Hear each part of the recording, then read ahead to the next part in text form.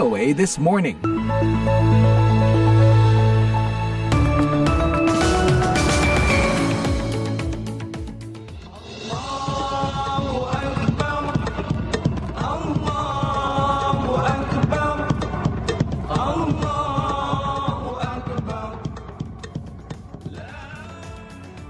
Dari Studio 17 Gedung VOA di Washington DC. Selamat pagi, apa kabar?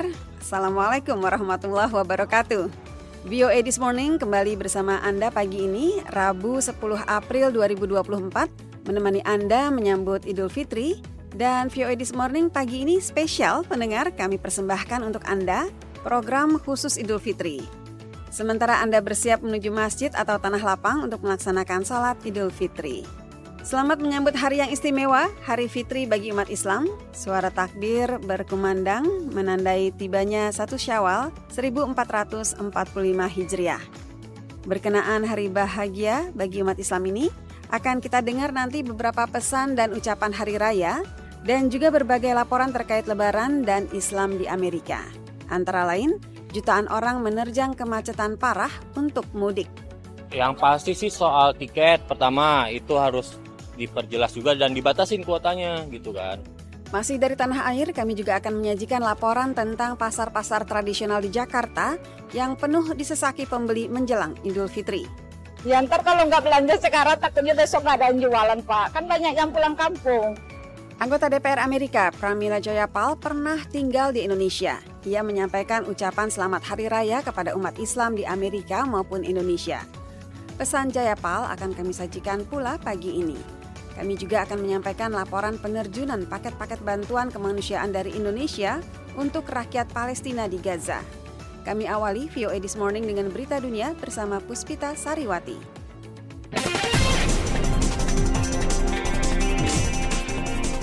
Selamat pagi.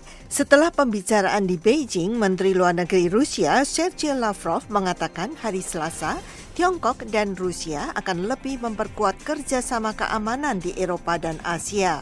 Lavrov menambahkan, kedua negara sepakat untuk memulai dialog dengan melibatkan orang-orang yang berpikiran sama mengenai masalah ini. Kedua negara itu merupakan saingan Amerika dan sekutunya dalam hal pengaruh di dunia. Laporan itu mengutip Lavrov mengatakan kepada Xi bahwa Rusia ingin menyampaikan penghargaan dan kekaguman yang setinggi-tingginya atas keberhasilan yang dicapai selama bertahun-tahun dan yang terpenting dalam 10 tahun terakhir di bawah kepemimpinan Xi. Moskow mendorong hubungan diplomatik dan ekonomi yang lebih kuat dengan Beijing, sementara Rusia semakin terisolasi akibat sanksi-sanksi setelah negara itu menginvasi Ukraina. Pada hari Senin, Lavrov bertemu dengan mitranya dari Tiongkok, Wang Yi. Mereka membahas perang di Ukraina dan situasi di kawasan Asia Pasifik. Rusia dan Tiongkok sepakat dalam beberapa masalah dan semakin sering berselisih dengan negara-negara demokrasi dan anggota NATO. Menteri Pertahanan AS Lloyd Austin dan Ketua Gabungan Kepala Staf Jenderal C.Q. Brown Jr. bersaksi di Gedung Kongres AS Capitol Hill pada hari Selasa tentang anggaran Pentagon sebesar 850 miliar untuk tahun depan, sementara masih ada ketidakpastian apakah anggota Kongres akan mendukung kebutuhan belanja untuk Israel atau Ukraina. Sidang Senat itu adalah yang pertama kali di mana para senator dari kedua partai bisa mempertanyakan kepemimpinan sipil dan militer di Pentagon mengenai strategi pemerintah terhadap Israel setelah serangan Israel terhadap pekerja bantuan kemanusiaan World Central Kitchen di Gaza. Sidang itu juga menyusul permohonan terus-menerus dari Presiden Ukraina Volodymyr Zelensky bahwa jika AS tidak segera memberi bantuan, Kiev akan kalah dalam perang melawan Rusia. Our budget remains rooted in our 2022 National Defense Strategy. Our request positions the United States to tackle Dalam sambutan pembukaan, baik Austin maupun Brown menekankan anggaran tahun depan masih disusun dengan mempertimbangkan tujuan strategis jangka panjang militer. Anggaran itu untuk menyiapkan pasukan dan senjata menghadapi potensi konflik pada masa depan dengan Tiongkok.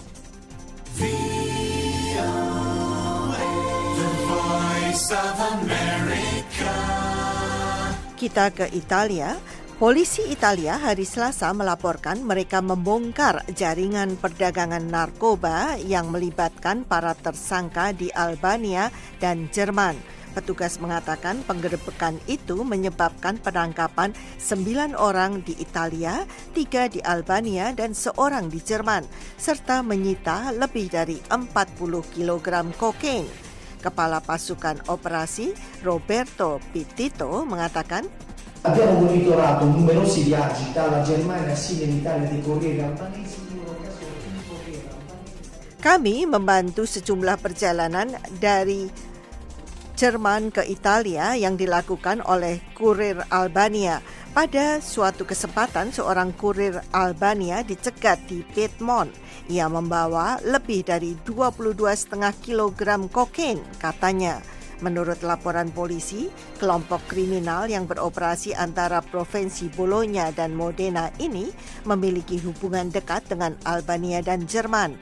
Jaringan itu juga diduga terkait dengan yang ada di Amerika Latin, khususnya Ekuador.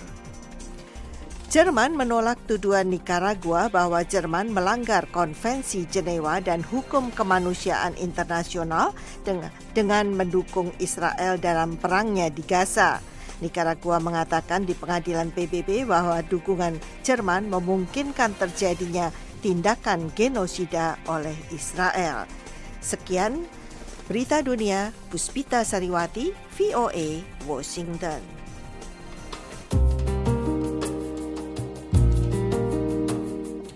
Assalamualaikum warahmatullahi wabarakatuh. Hari nan suci telah tiba, saatnya mengucap syukur atas momen penuh makna. Semoga ibadah kita membawa berkah bagi semesta.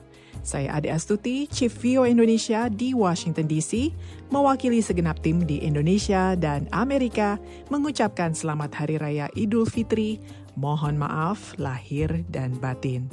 Wassalamualaikum warahmatullahi wabarakatuh.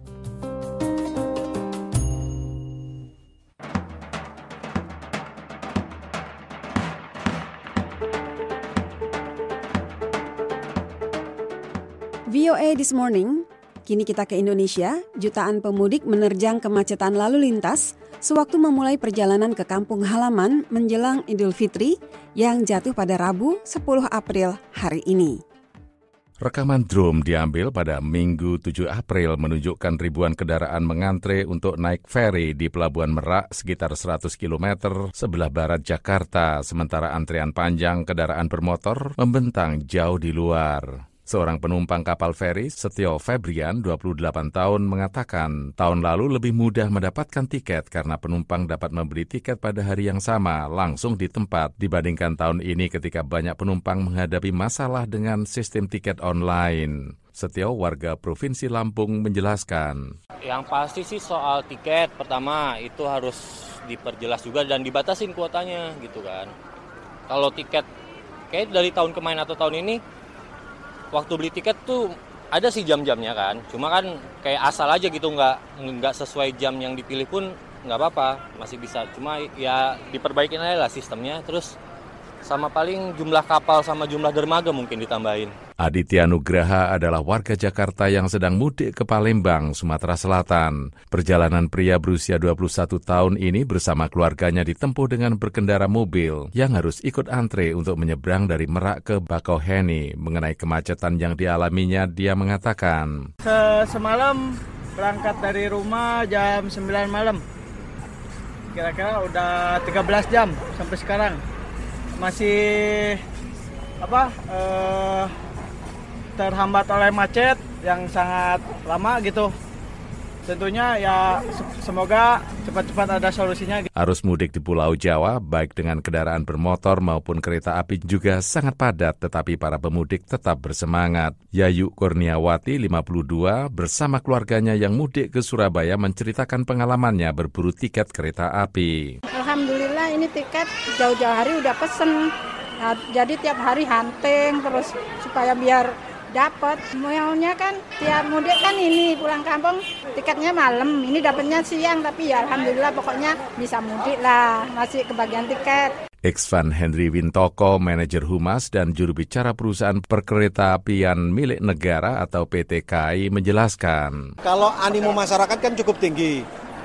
Dalam hal ini pemerintah juga mengambil kebijakan ada angkutan mudik gratis, baik angkutan darat lainnya, khususnya kereta api.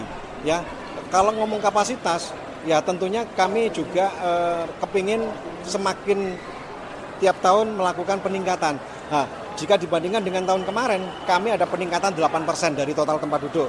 Kalau tahun kemarin 917.000, hari ini, Lebaran ini, itu 957.000. Warga Jakarta mulai meninggalkan ibu kota sejak akhir pekan melalui berbagai moda transportasi menurut Kementerian Perhubungan. The Voice of America, VOA.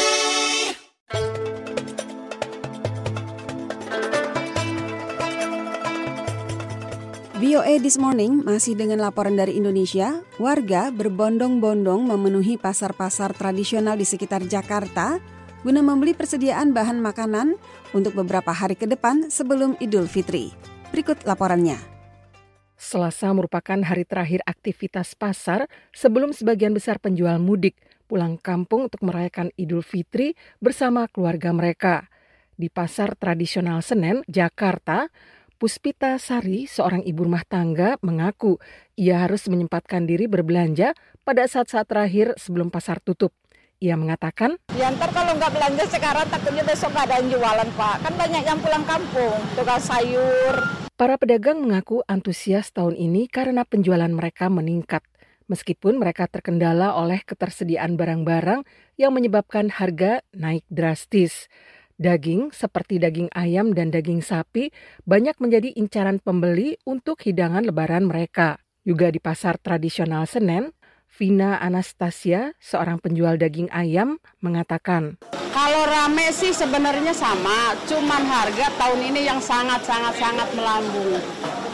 Di ayam ya, di ayam itu mahal banget. Semua ini daging aja dari 130, 40 sekarang udah 150. Itu sapi ya. Semuanya naik. Beberapa pembeli mengatakan bahwa harga-harga terlalu tinggi. Sementara itu, pembeli lainnya mengeluhkan kelangkaan beberapa bahan makanan di pasar. Desi Rahman yang berbelanja untuk keperluan warung makannya mengemukakan. Cabai, bawang semuanya pada mahal Pak.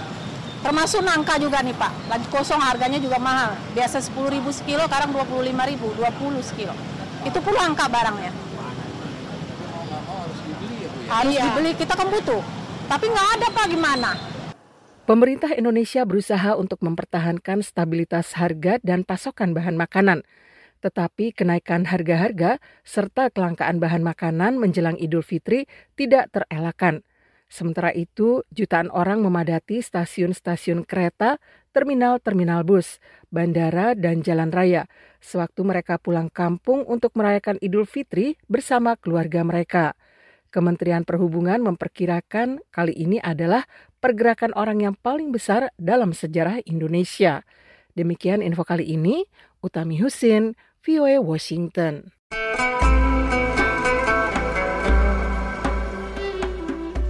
Hi, this is Congresswoman Pramila Jayapal, and I'm wishing all of the people in Indonesia a wonderful Ramadan and Eid Mubarak to everybody.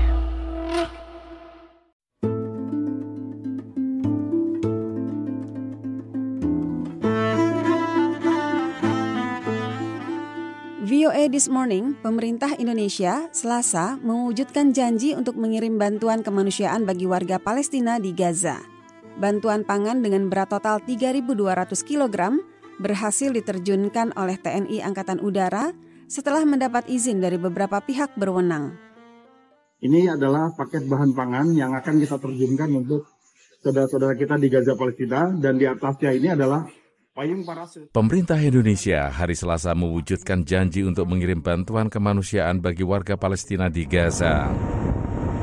Bantuan pangan dengan berat total 3.200 kg berhasil diterjunkan oleh TNI Angkatan Udara setelah mendapat izin dari beberapa pihak berwenang. Komandan Misi Solidarity Path Operation, pimpinan Kolonel Penerbang Noto Kasnoto bersama 26 personel terbang yang menggunakan pesawat Hercules TNI Angkatan Udara C-130J berangkat dari Pangkalan Angkatan Udara King Abdullah II di Sarka, Yordania sekitar pukul 11.36 pagi dan mencapai lokasi penerjunan di wilayah udara Gaza, Palestina sekitar pukul 12.50 waktu setempat. 20 paket bahan pangan dengan berat masing-masing 160 kg diterjunkan dengan sangat perlahan ketika pesawat mencapai Gaza. Alhamdulillah, terima kasih atas kerjasama semua pihak yang terlibat dalam kolaborasi yang baik antara TNI dan tentara Yordania, ujar Noto Kastono, sebagaimana kutipan siaran pers Pospen TNI yang diterima VOA beberapa saat lalu.